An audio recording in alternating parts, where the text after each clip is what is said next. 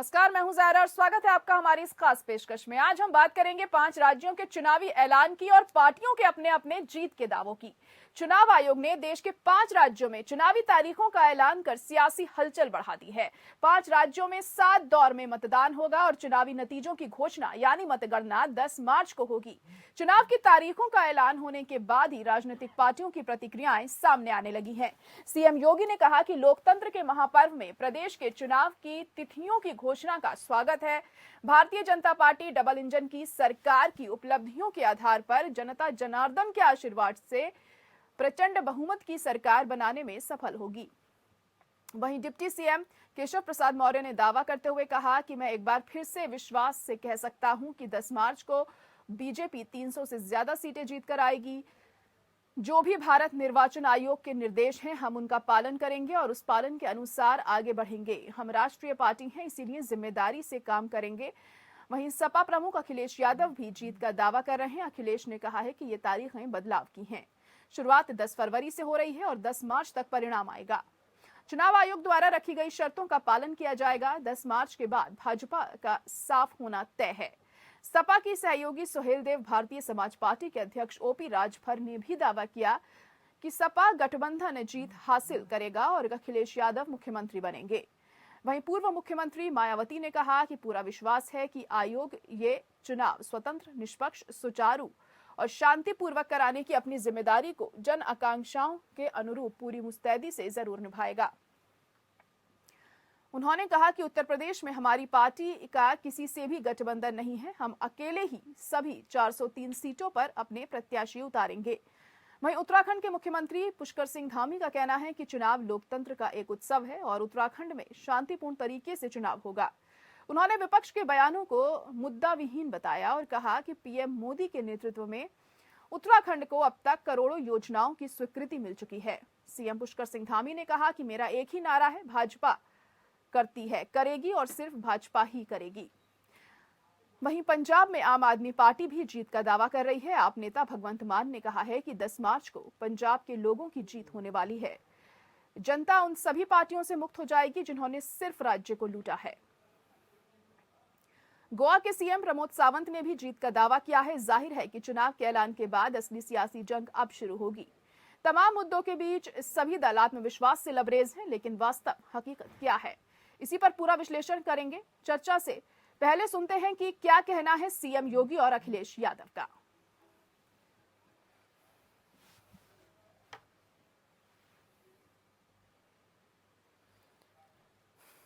चुनाव लोकतंत्र का उत्सव है। भारत निर्वाचन आयोग ने देश के सबसे बड़े राज्य उत्तर प्रदेश समेत 5 राज्यों में विधानसभा चुनावों की घोषणा की है। उत्तर प्रदेश पिछले 5 वर्षों के दौरान प्रधानमंत्री मोदी जी के मार्गदर्शन में, उनके प्रेरणा से बदलाव और विकास की एक नई राह पर चला है। नए भारत के नए उत्तर प्रदेश में लोकतंत्र का ये महापर्व का हम हृदय से स्वागत करते हैं। 10 मार्च 2022 को जब उत्तर प्रदेश विधानसभा चुनाव के परिणाम आएंगे तो भारतीय जनता पार्टी प्रचंड बहुमत के साथ जनता जनार्दन का आशीर्वाद प्राप्त करने में सफल होगी। निश्चित ही उत्तर प्रदेश से भारतीय जनता पार्टी की विदाई होनी है। 10 मार्च तक जनता को मौका मिला है फैसला लेने का, और जिस तरीके से भारतीय जनता पार्टी ने यहाँ के किसानों को दुखी किया, गरीब जनता को दुखी किया, अन्याय की सभी सीमा लांघ गए, नौजवानों को बड़े पैमाने पे बेरोजगारी में छोड़ दिया, किसान के हित के लिए कोई फैसला नहीं लिया। इसलिए 10 मार्च के बाद उत्तर प्रदेश से भारतीय जनता पार्टी का साफ होना तय है। इलेक्शन कमीशन ने जो शर्तें रखी उनके शर्तों का पालन होगा, और अगर वो डोर टू डोर कम लोगों के साथ और जो नियम बने उनका पालन करते हुए प्रचार करना होगा तो प्रचार करेंगे। ये इलेक्शन कमीशन को सख्ती सरकार के लिए रखनी चाहिए, क्योंकि सरकार यहाँ पर मनमानी करेगी। जिस तरह से कोविड का प्रोटोकॉल संभालते हुए उन्होंने इलेक्शन डिक्लेयर किया है, पूरा मैं गोवा की जनता की तरफ से, गोवा के सरकार की तरफ से मैं स्वागत करता हूं। और निश्चित रूप से ये कहता हूं कि गोवा में फिर से एक बार भारतीय जनता पार्टी की सरकार पूरे बहुमत के साथ जीत के आएगी।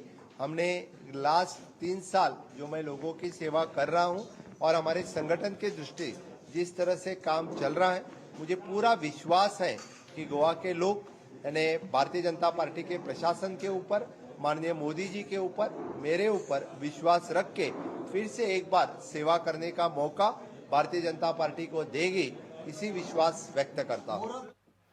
तो तमाम सियासी दल अपनी अपनी जीत का दावा कर रहे हैं। योगी आदित्यनाथ जहां ये कह रहे हैं कि हम प्रचंड बहुमत से आएंगे, 300 के पार सीटें आएंगी, तो वहीं अखिलेश यादव भी पूरी तरह से अपनी जीत को लेकर आश्वस्त हैं और कहा है कि बीजेपी का सफाया होगा इस बार। तो बिल्कुल तो तमाम पार्टियां हैं अपनी अपनी जीत की यहां पर बात करती हुई दिखाई दे रही हैं, लेकिन जो तस्वीर है वो 10 मार्च को साफ होगी कि आखिर जनता किसे चुनती है और जनता किस दल की बात को सही ठहराती है। क्योंकि जीत के दावे तो सभी करते हैं, लेकिन जो असलियत होती है वो तो तभी पता चल पाती है जब जो नतीजे हैं वो सामने आते हैं, और 10 मार्च को ये नतीजे सामने आएंगे और तभी जो तस्वीर है वो पूरी तरह से साफ हो पाएगी। कल चुनावी तारीखों के ऐलान के बाद से ही जो सियासी हलचल है वो भी काफी बढ़ चुकी है। तमाम दलों की तरफ से बयान सामने आ रहे हैं, क्योंकि जो पाबंदियां भी लगाई गई हैं उसको लेकर भी तमाम दल अपनी अपनी प्रतिक्रिया दे रहे हैं। चुनाव आयोग ने आपको बता दें कि तमाम चुनावी रैलियों पर, जनसभाओं पर पाबंदी लगाई है 15 जनवरी तक के लिए, और उसके चलते भी तमाम सियासी दल इस बात से सहमत नहीं है और उनका कहना है कि हम अपनी बात जनता तक कैसे पहुंचाएंगे, क्योंकि हमारे पास इतने संसाधन नहीं है बीजेपी जितने। तो 5 राज्यों में चुनावी तारीखों का ऐलान हो चुका है और तमाम पार्टियां अपनी अपनी जीत का दावा करती हुई दिखाई दे रही हैं। फिर बात चाहे हम करें अखिलेश यादव की या फिर योगी आदित्यनाथ की। उधर उत्तराखंड में हरीश रावत भी अपनी जीत का दावा ठोक रहे हैं, तो वहीं पुष्कर सिंह धामी भी कह रहे हैं कि भाजपा आएगी एक बार फिर। लेकिन जो चाबी है वो जनता के हाथ में है, आखिर जनता किसे चुनती है इस बार। तो चलिए अपनी चर्चा शुरू करते हैं। तमाम खास मेहमान भी हमारे साथ इस वक्त जुड़ चुके हैं। हमारे साथ खेमचंद शर्मा जी जुड़ गए हैं बीजेपी से, इसके अलावा फखरुल हसन चंद जी भी हमारे साथ जुड़ चुके हैं जो कि सपा से हैं। इसके अलावा हमारे साथ विवेकानंद पाठक कांग्रेस नेता हैं, वो भी जुड़ चुके हैं। आप सभी का बहुत स्वागत है हमारे इस खास प्रोग्राम में। सबसे पहले खेमचंद शर्मा जी, आपके पास ही आना चाहूंगी कि तमाम दल अपनी अपनी पार्टियों की जीत का दावा कर रहे हैं, लेकिन जो असलियत है वो 10 मार्च को ही साफ हो पाएगी कि आखिर जनता ने किसका साथ दिया है। तो आप भी अपनी पार्टी की जीत को लेकर उसी तरह से पूरी तरह आश्वस्त हैं? क्योंकि हम लोगों ने काम किया है, डबल इंजन सरकार ने करके दिखाया है। डबल इंजन सरकार ने विषम परिस्थितियों में भी वो काम किए हैं जो विश्व में हर जगह सराहे गए हैं। हम लोगों ने तेजी से वैक्सीनेशन किया है, पूरे देश में 150 करोड़ से ज्यादा वैक्सीन हो चुकी है, 20 करोड़ से ज्यादा वैक्सीन उत्तर प्रदेश में हो चुकी है। हमने विषम परिस्थितियों में जो हेल्थ इंफ्रास्ट्रक्चर है उसको तेजी से एम्पावर किया, उसको बढ़ाया है। 21 हम लोगों ने मेडिकल नए हॉस्पिटल खोले हैं और हम लोगों ने हर एक जिला हॉस्पिटल को इक्विप किया है कि वहाँ पे किसी भी तरीके की बीमारी का इस समय इलाज हो सकता है। एम्स जैसा बड़ा हॉस्पिटल हमने उत्तर प्रदेश को दिया है। उत्तर प्रदेश में बड़े बड़े हाईवे हम लोगों ने बनवाए हैं। उत्तर प्रदेश में हम लोगों ने जो कानून व्यवस्था है उसको चुस्त दुरुस्त किया है। पहले शाम के बाद माता बहनों का निकलना दुर्भर हो जाता था, आज लोग तो फ्रीली उत्तर प्रदेश में घूमते हैं और लाखों की संख्या में देश विदेश के लोग उत्तर प्रदेश में आते हैं, खुश होकर उत्तर प्रदेश में जाते हैं। एक कुंभ जैसा महामेला उत्तर प्रदेश में बहुत अच्छे तरीके से, शांतिपूर्ण तरीके से मनाया जाता है और सब लोग अप्रिशिएट करते हैं कि बहुत अच्छी व्यवस्था थी, बहुत अच्छी साफ सफाई थी और जो एडमिनिस्ट्रेशन है बहुत अच्छे तरीके से हमारे साथ बिहेव करता है। किसानों को लगातार मदद दी जा रही है। जो हमारे मजदूर हैं जो दूसरे शहरों से वापसी करके आए, उनकी स्किल मैपिंग की गई, उनका कार्ड बनाया गया, उनको खाने का इंतजाम किया गया और उनके घर के पास उनको काम दिया जा रहा है। हर जगह, हर गांव में हमने सड़क बनाने का काम किया है, हर गांव में हमने बिजली देने का काम किया है और माता बहनों को हम लोगों ने एक उनको जो सम्मान गृह है ताकि उनको अपने घर के बाहर निवृत्त होने के लिए न जाना पड़े, ये बनाने का काम हम लोगों ने किया है। आज उत्तर प्रदेश में बहुमुखी चारों ओर विकास हो रहा है और किसी भी व्यक्ति को हमने छोड़ा नहीं। समाज के हर वर्ग को हमने टच किया है, हर वर्ग आज हमारे साथ है क्योंकि योगी जी और मोदी जी पॉजिटिव तरीके से काम कर रहे हैं, सबके लिए काम कर रहे हैं। चलिए ठीक है, हर वर्ग को आप साथ लेकर चल रहे हैं, ये आपका मानना है, लेकिन अब देखना ये होगा कि आखिर जनता भी क्या इस बात को मानती है और ये तस्वीर साफ हो जाएगी 10 मार्च को। विवेकानंद जी यहाँ पर कुछ कहना चाह रहे हैं, क्या कहेंगे विवेकानंद जी, क्योंकि लगातार आपकी तरफ से भी इसी तरह के दावे किए जा रहे हैं। अब आप देख सकती हैं कि किस तरीके के खोखले और झूठे दावे यहाँ पर भारतीय जनता पार्टी के प्रवक्ता के द्वारा के द्वारा किया जा रहा है। लेकिन जनता सब कुछ देख रही है, जनता सब कुछ जान रही है। गोवा में बीजेपी की हार है, उत्तर प्रदेश में बीजेपी की हार तय है, उत्तराखंड में बीजेपी की हार तय है, मणिपुर में बीजेपी की हार तय है और पंजाब में दोबारा फिर से कांग्रेस आ रही है। गोवा में कांग्रेस की जीत तय है, उत्तराखंड में कांग्रेस की जीत तय है, मणिपुर में कांग्रेस की जीत तय है और उत्तर प्रदेश में भी कांग्रेस की जीत तय है।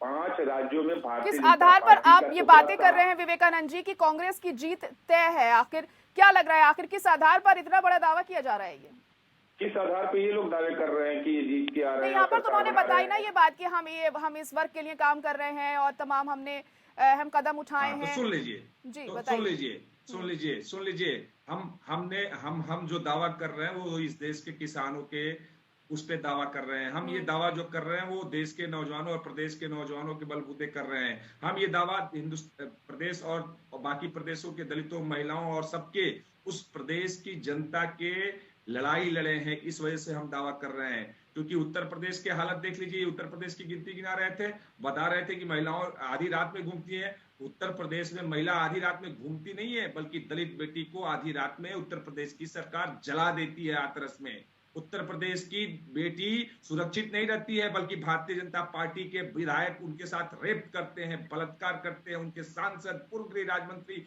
चिन्मयानंद, ये लोग खोखले दावे करने वाले लोग, चाहे बात दलितों की हो, चाहे बात महिलाओं की हो, चाहे बात नौजवानों के रोजगार की हो, चाहे बात किसानों की हो, ये किसानों के ऊपर बुलडोजर चलाने वाले लोग, किसानों को रौंदने वाले लोग ये खोखला दावा कर सकते हैं। और जो लड़ाई लड़ा है किसानों का, जो लड़ाई लड़ा है नौजवानों का, जो लड़ाई लड़ा है दलितों का, जो लड़ाई लड़ा है उत्तर प्रदेश के महिलाओं का, और हमारी नेता प्रियंका गांधी जी ने तो पूरी तरीके से प्रतिज्ञाएं ले रखी हैं कि हम महिलाओं को राजनीति में सशक्तिकरण करने के लिए 40% की हिस्सेदारी देंगे। हम महिलाओं के लिए बस फ्री करेंगे, हम महिलाओं को साल में 3 साल सिलेंडर देंगे, हम महिलाओं को छात्राओं को ठीक है, स्कूटी महिलाओं देंगे, को हम साधने की किसानों पूरी का तरीके से कर्जा कोशिश माफ आप लोगों ने करेंगे, करी हुई हम है, लेकिन नौजवानों को रोजगार देंगे, महिलाओं हम का बिजली क्या का रुख बिल होता माफ है करेंगे। चुनावों में देखना होगा कि आखिर आपका साथ देती हैं महिलाएं या नहीं। फखरुल हसन साहब, आप इस पर क्या कहेंगे, क्योंकि अखिलेश यादव भी लगातार ये दावे कर रहे हैं कि इस बार बीजेपी का सफाया होने जा रहा है। देखिए, भारतीय जनता पार्टी के जी लग रहा है फिलहाल आपसे संपर्क हमारा टूट गया है। चलिए एक बार फिर से हम खेमचंद जी का ही रुख कर लेते हैं, वापस आएंगे फखरुल हसन आपके पास। खेमचंद शर्मा जी, आप क्या कहेंगे, जिस तरीके से तमाम तरह के आरोप यहाँ पर विवेकानंद जी आप पर लगाते हुए दिखाई दिए कि किसी तरीके से कोई भी काम नहीं किया है आपकी पार्टी ने उत्तर प्रदेश में, क्या कहेंगे?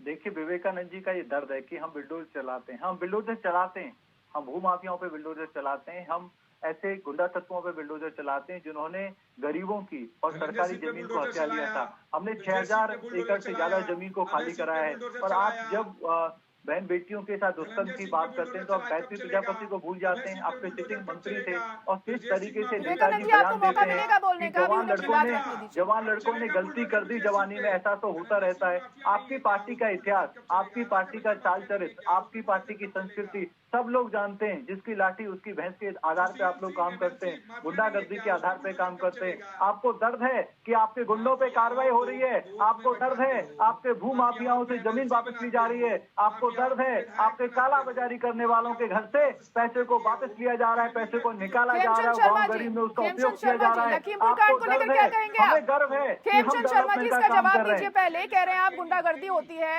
आप दूसरी पार्टियों को कह रहे हैं, लेकिन आपकी खुद की पार्टी क्या कर रही है? लखीमपुर कांड को लेकर क्या कहेंगे? आज मिश्र टेनी का इस्तीफा तो हुआ नहीं है अभी तक। आपने बहुत अच्छा सवाल किया। लखीमपुर खीरी के केस में मिनिस्टर के बेटे को जेल में डाला गया और हमारी सरकार में कानून काम करता है, वहां पे उनपे जो धारा है उनको और मजबूत किया गया और सख्त किया गया। इससे बड़ा एग्जाम्पल क्या होगा कि हमारी सरकार है केंद्र में, हमारी सरकार फखरुल हसन साहब भी इस वक्त जुड़ रहे हैं हमारे साथ। कानून काम कर रहा है, खेमचंद दोषियों को सजा मिलने का काम हो रहा है, तेजी से उन पे कार्रवाई हो रही है। इससे बड़ा और क्या एग्जाम्पल होगा? चलिए ठीक है, हो रही है कार्रवाई, ठीक है। चलिए अब देखिए, अब ये तो जनता ही बता पाएगी सही तरीके से कि आखिर वो कितनी संतुष्ट है आपके काम से। फखरुल हसन साहब जी, आप क्या कहेंगे इस पर, क्योंकि लगातार जीत के दावे हो रहे हैं अखिलेश यादव की तरफ से भी?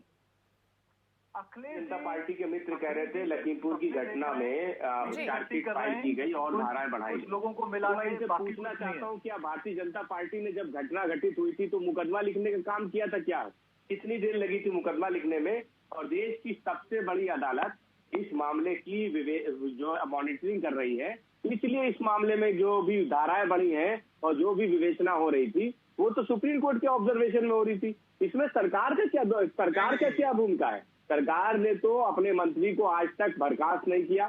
तेली जी आज भी मंत्री बने बैठे हुए हैं। इनकी ही राष्ट्रीय उपाध्यक्ष है, वो कहती है कि थानों में 4 बजे के बाद महिलाओं को जाना नहीं चाहिए। ये कह रहे हैं कि उत्तर प्रदेश में सब लोग सुरक्षित हैं। मुख्यमंत्री जी के ही करीबी माफिया वो क्रिकेट खेलते नजर आते हैं। उनको उत्तर प्रदेश की पुलिस ने 25,000 का इनाम घोषित किया है, एक हत्या में वांछित है। ये उत्तर प्रदेश में कानून व्यवस्था पटरी पे नहीं है, उतर चुकी है। आज महिलाएं सुरक्षित नहीं है, लोग सुरक्षित नहीं है, अपने घरों में सुरक्षित नहीं है, जेलों में भी सुरक्षित नहीं है। ये उत्तर प्रदेश में कानून व्यवस्था नहीं है। जहाँ रोजगार की बात कर लीजिए, आप इनसे पूछिए कि किसको रोजगार दिया। लखनऊ में आ जाइए, इको गार्डन में नौजवान छात्र वो इस बारिश में भी धरने पे बैठे हुए थे और वो चुनाव का इंतजार कर रहे थे कि चुनाव से पहले हो सकता है भारतीय जनता पार्टी इनकी मांगों को मान ले। लेकिन वो नौजवान अब वापस लौट के अपने घर चले गए भारतीय जनता पार्टी को सबक सिखाने। चाहे वो और दूसरी चीज शिक्षक भर्ती को ले लीजिए। इस शिक्षक भर्ती में भारतीय जनता पार्टी ने आरक्षण को खाने का काम किया। ये तो संविधान के विरुद्ध चले गए, इन्हीं ने तो कानून के खिलाफ चले गए। और जो आरक्षण था उसमें 3.5% आरक्षण दिया गया पिछड़ों को। तो ये पिछड़ों के आरक्षण को खाने वाली सरकार है। कानून व्यवस्था इनकी पटरी से उतर गई है। आज महंगाई इतनी ज्यादा है कि आप सरसों का तेल लेने जाइए तो 250 के पार है, गैस सिलेंडर लेने चाहिए तो 1,000 रुपए है। और ये कहते हैं कि हमने साहब, आपकी जब सरकार थी तो क्या आपकी सरकार में क्या सब कुछ सही चल रहा था कि जनता पूरी तरह से संतुष्ट थी, किसी तरह की कोई कमी नहीं थी? मैडम जब सत्ता जिसकी होती है सवाल उससे किया जाता है। नहीं, मैं अभी मौजूदा हालात की बात नहीं कर रही हूँ। मैं आप जो दावे कर रहे हैं ना, मैं पिछली सरकार जब आपकी सरकार थी मैं तब की बात कर रही हूँ। 2017 में जब हमारी सरकार थी तब हमसे सवाल पूछा गए थे और हमने चुनाव लड़ा था। हमें जनता ने अगर नकार दिया था तो जनता ने भारतीय जनता पार्टी को प्रचंड बहुमत दिया था। तो आज सवाल तो भारतीय जनता पार्टी से होगा। जनता भारतीय जनता पार्टी से सवाल भारतीय जनता पार्टी से भी हमने सवाल पूछा है, लेकिन हम आपसे भी सवाल पूछेंगे ना। हम तो सवाल सभी से पूछेंगे, हमारा तो हक सभी से सवाल पूछने का है। चलिए ठीक है, विवेकानंद जी कुछ कहना चाह रहे थे, क्या कहेंगे? मैं यही कहना चाह रहा हूं कि समाजवादी पार्टी के जो प्रवक्ता हैं वो दिल पे हाथ रख के कहें। आप ये क्यों कह रहे हैं कि माननीय सर्वोच्च न्यायालय की वजह से धाराएं बढ़ा दी गई और ये सब? महोदय, माननीय सर्वोच्च न्यायालय ने तो स्वतः संज्ञान लिया, वो बात की बात है। लेकिन आपको दिल से स्वीकार करना होगा कि प्रियंका गांधी जी सबसे पहले लखीमपुर गिरी गई और किसानों की आवाज बनी, उनके लिए लड़ी, लगातार 3 दिन संघर्ष की, जिसकी बदौलत मुकदमा दर्ज हुआ, जिसके बदौलत मुकदमा दर्ज हुआ, जिसके बदौलत आज टेनी का बेटा आरोपी सिद्ध हुआ और टेनी की लगातार बर्खास्तगी की। अखिलेश यादव करके बात करिए, बात समझ में आएगी फिर। फखरुल हसन साहब, आप विवेकानंद जी को बोलने दीजिए, फिर अपनी बात रखिएगा। आपकी बात समझ में नहीं आ रही है ना, आप दोनों साथ में बोलेंगे तो जनता तक आपकी बात पहुंच ही नहीं पाएगी। फायदा क्या है बात करने का? फिर फखरुल साहब, जब आपकी बारी आएगी बोलिएगा, ये एक डिबेट की मर्यादा है, उसको थोड़ा सा ध्यान रखिए। फखरुल साहब, अरे आप ये मर्यादा अभी भारतीय जनता पार्टी से भी सीख लेते हैं, उनके बीच में भी बोल रहे थे आप, हम सुन रहे थे। आप देखिए, एक करके बात करिए, समय भी इतना नहीं है मेरे पास। एक करके बात करिए। विवेकानंद जी अपनी बात रखिए। सीए और एनआरसी पे बोलना था तब अखिलेश जी चुप थे। जब किसान की हत्या हो रही थी अखिलेश जी को बोलना था, चुप था। सुन्नी डील पे अखिलेश यादव को बोलना था, चुप थे। उस समय तो नहीं बोलती निकलती है और यहाँ टीवी पे बैठ के आपकी बोलती निकल रही है। अखिलेश यादव सीए एनआरसी पे बोले थे क्या? सुन्नी डील पे बोले हैं क्या अखिलेश यादव? बोले हैं क्या? चलिए ठीक है विवेकानंद जी, ठीक है। चलिए फखरुल हसन साहब, आप कहिए क्या कहना चाह रहे हैं। आराम से कहिए अपनी बात और जल्दी रखिए, समय की कमी है। देखिए, कांग्रेस के मित्र इन लोगों को जो परेशानी है वो ये है कि समाजवादी पार्टी आज सीधी लड़ाई में है भारतीय जनता पार्टी से। कांग्रेस उत्तर प्रदेश की लड़ाई में कहीं है नहीं, तो वो अपनी जमीन तलाशने के लिए आज वो देश की सबसे बड़ी अदालत ने अगर लखीमपुर खीरी की घटना में मॉडलिंग की तो उस पर वो अपने नेता को क्रेडिट देना चाहते हैं। तो देश में जो जितने विपक्षी दल थे, चाहे उत्तर प्रदेश में रहे या देश में रहे, सबने लखीमपुर की घटना पे विरोध किया था। कहीं ना कहीं सबकी भूमिका है। अब लेकिन ये चाहते हैं कि सिर्फ प्रियंका गांधी जी को दे दिया जाए जो कमरे में बैठी हुई झाड़ू दे रही थी। चलिए खैर, कहते क्रेडिट तो ले लीजिए। चलिए ठीक है, खेमचंद शर्मा जी आप क्या कहेंगे? आप भी अपनी बात रखना चाह रहे थे यहाँ पर। चलिए ठीक है, खेमचंद शर्मा जी। अखिलेश यादव कमरे में विवेकानंद जी, आप अपनी बात रख चुके हैं। विवेकानंद जी, आपको पूरा मौका मिला था अपनी बात रखने का। आगरा के समय अखिलेश यादव कहाँ थे? लखीमपुर के समय अखिलेश यादव कहाँ थे? देखिए, इस तरीके से दोनों लोग बात करेंगे, किसी की बात समझ में नहीं आएगी, जनता तक भी आपकी बात नहीं पहुंचेगी, कोई फायदा नहीं है इस तरह की डिबेट का। एनआरसी के नाम पे बोले हैं क्या अखिलेश यादव? जमीन को खाए बैठा है, वो कैसे किसानों की बात कर सकती हैं? वो सिर्फ नाटक नौटंकी कर सकती हैं, इसके अलावा कुछ नहीं। अब पंजाब में हमने देखा किस तरीके से वहां पे देश विरोधी ताकतों का साथ पंजाब में कांग्रेस दे रही है। कांग्रेस सिर्फ देश को तोड़ने का काम कर सकती है, लटकाने भटकाने का काम कर सकती है, कभी भी विकास का काम नहीं कर सकती। रही बात अभी जो दूसरे हमारे मित्र हैं समाजवादी पार्टी के, अभी भी संपूर्ण उत्तर प्रदेश की बात करने में उनको दर्द होता है, उनको शर्म आती है। अरे आप संपूर्ण उत्तर प्रदेश की बात को नहीं करते, आप एक्स जाति की बात करते हो, एक्स धर्म की बात करते हो, लेकिन संपूर्ण उत्तर प्रदेश की बात करने में आपको शर्म आती है। इसीलिए उत्तर प्रदेश वासी समाजवादी पार्टी के गुंडा राज को पुनः नहीं चाहते। हम सबका साथ सबका विकास के आधार पे काम कर रहे हैं। हमने टॉयलेट सबको दी, हमने जाति नहीं पूछी। हमने किसानों को जो लाभ दिया उसमें ना धर्म पूछा ना जाति पूछी, सबको हमने दिया। अरे हर गांव में पंजाब हमने को गाली देने वाले लोग, किसानों को गाली देने वाले लोग, पंजाबियत को गाली देने वाले चलिए लोग। ठीक है, आपके आरोप प्रत्यारोप का दौर तो कभी खत्म नहीं होगा, चलता रहेगा। फिलहाल बहुत शुक्रिया आप सभी का हमारे साथ जुड़ने के लिए, तो हमारी खास पेशकश में शामिल होने के लिए। तो तमाम सियासी दल अपनी अपनी जीत का दावा ठोक रहे हैं, अखिलेश यादव हो या फिर योगी आदित्यनाथ हो या फिर हरीश रावत हो या फिर हम बात करें पुष्कर सिंह धामी की, तमाम लोग कह रहे हैं कि हम ही जीतेंगे। लेकिन अब ये तो देखने वाली बात होगी कि 10 मार्च को जब नतीजे आते हैं तब क्या कुछ निकलकर सामने आता है। इसी के साथ हमारी इस खास पेशकश में इतना ही। मुझे दीजिए इजाजत, नमस्कार।